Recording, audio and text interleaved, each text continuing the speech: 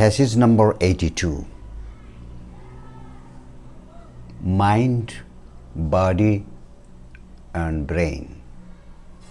मन, शरीर और मस्तिष्क. Phase 2. Translation into Hindi. The subtle interrelationship of the mind, the brain and the body is the complicated play of life. मन, मस्तिष्क और शरीर का सूक्ष्म अंतर संबंध ही जीवन की जटिल लीला व खेल है. There is misery when one predominates over the other and the mind cannot dominate the brain or the physical organism. विपत्ति तब होता है जब एक दूसरे पर हावी हो जाता है और मन अर्थात माइंड, मस्तिष्क अर्थात ब्रेन या भौतिक जीव बॉडी पर हावी नहीं हो सकता है. When there is harmony between the two, then the mind can consent to abide with them. जब दोनों के बीच मेल मिलाप अर्थात हार्मोनी हो जाता है तो मन उनके साथ रहने की सहमति दे सकता है.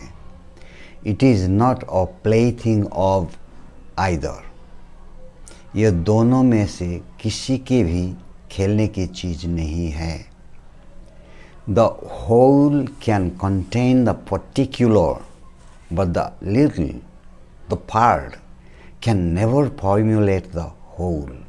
समग्र में विशेष समाहित हो सकता है लेकिन छोटा भाग कभी भी संपूर्ण या समग्र का निर्माण नहीं कर सकता.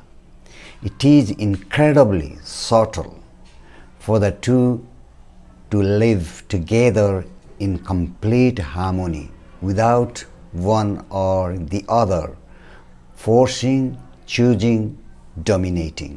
किसी एक या दूसरे के दबाव, चयन या प्रभुत्व के बिना दोनों का एक साथ पूर्ण मेल मिलाप के साथ रहना अविश्वसनीय रूप से सूक्ष्म है. The intellect can and does destroy the body. बुद्धि अर्थात इंटेलेक्ट शरीर को नष्ट कर सकती है और करती भी है. And the body with its dullness, insensitivity can pervert, bring about the deterioration of the intellect. और शरीर अपनी जड़ता तथा संवेदनहीनता से बुद्धि को विकृत कर सकती है, क्षय कर सकती है. The neglect of the body with its indulgent and demanding tastes, with its appetites, can make the body heavy and insensitive and so make thought dull. शरीर की भोगवादी अर्थात इंडल्जेंट और मांग करते इच्छा भूखों से शरीर की उपेक्षा शरीर को भारी और असंवेदनशील बना सकती है और इस प्रकार विचार को सुस्त बना सकती है. And thought becoming more refined, more cunning, can and does neglect the demands of the body, which then sets about to forward thought.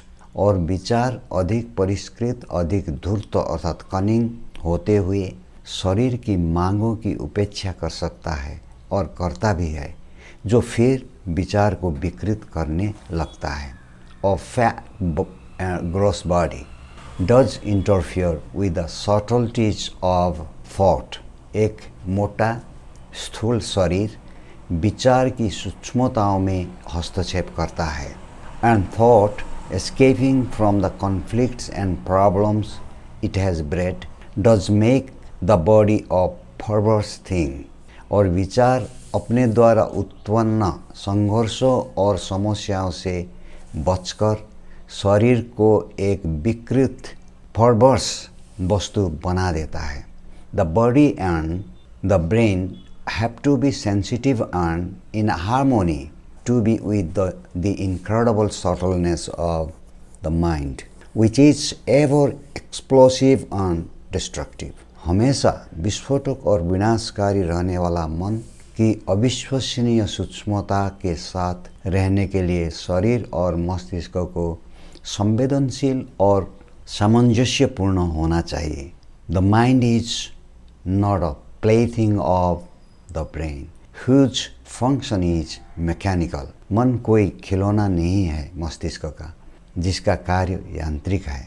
When the absolute necessity of complete harmony of the brain and body is seen, जब मस्तिष्क और शरीर की पूर्ण सामंजस्य अर्थात harmony की परम आवश्यकता दिखाई देगी, then the brain will watch over the body, not dominating it. तब मस्तिष्क शरीर पर हावी न होकर उस पर निगरानी रखेगा.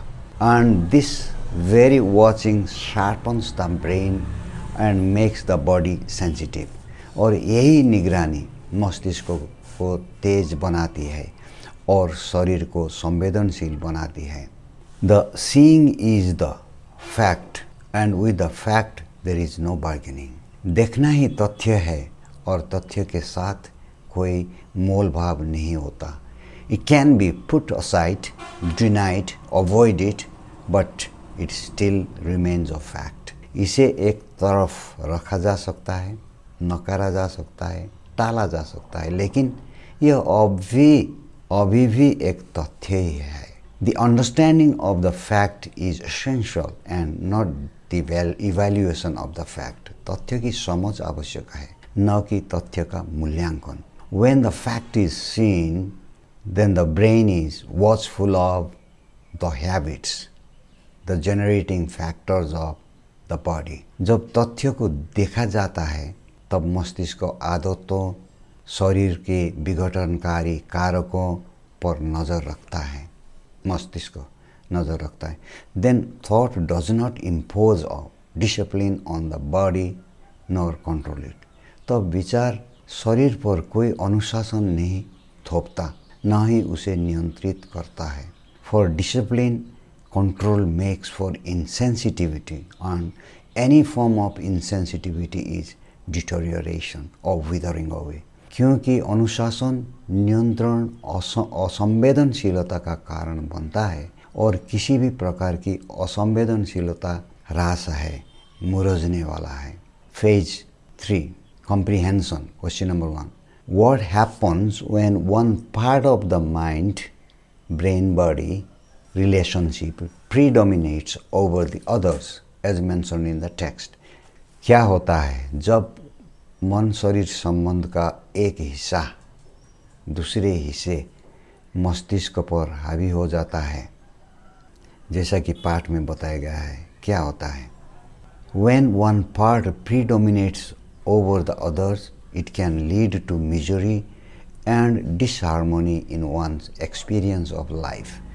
जब एक हिस्सा दूसरे हिस्से पर हावी हो जाता है तो इससे व्यक्ति के जीवन के अनुभव में दुख और असामंजस्य पैदा हो सकता है. Second question.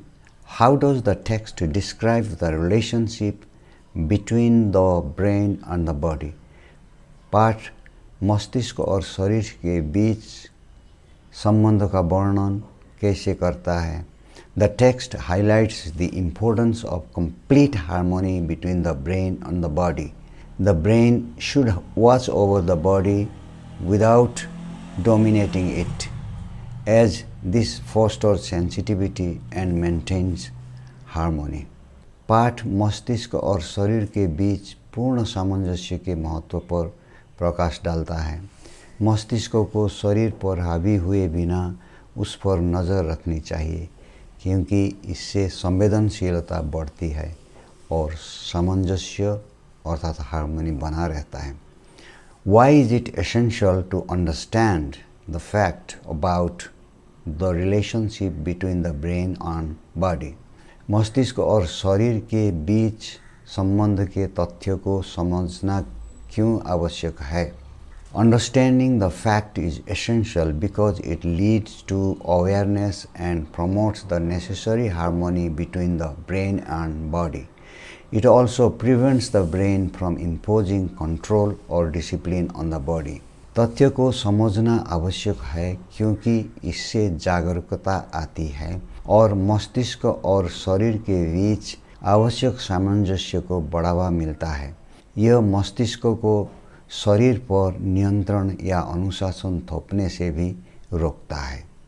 What is the potential consequence of imposing discipline or control on the body according to the text? पाठ के अनुसार शरीर पर अनुशासन या नियंत्रण थोपने का संभावित परिणाम क्या है?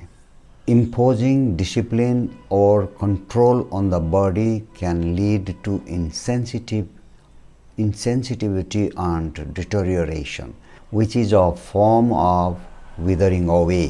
शरीर पर अनुशासन या नियंत्रण थोपने से असंवेदनशीलता और गिरावट आ सकती है जो मुरझाने का एक रूप है। Next question, What is emphasized as the key to maintaining the harmony between the brain and the body in the text?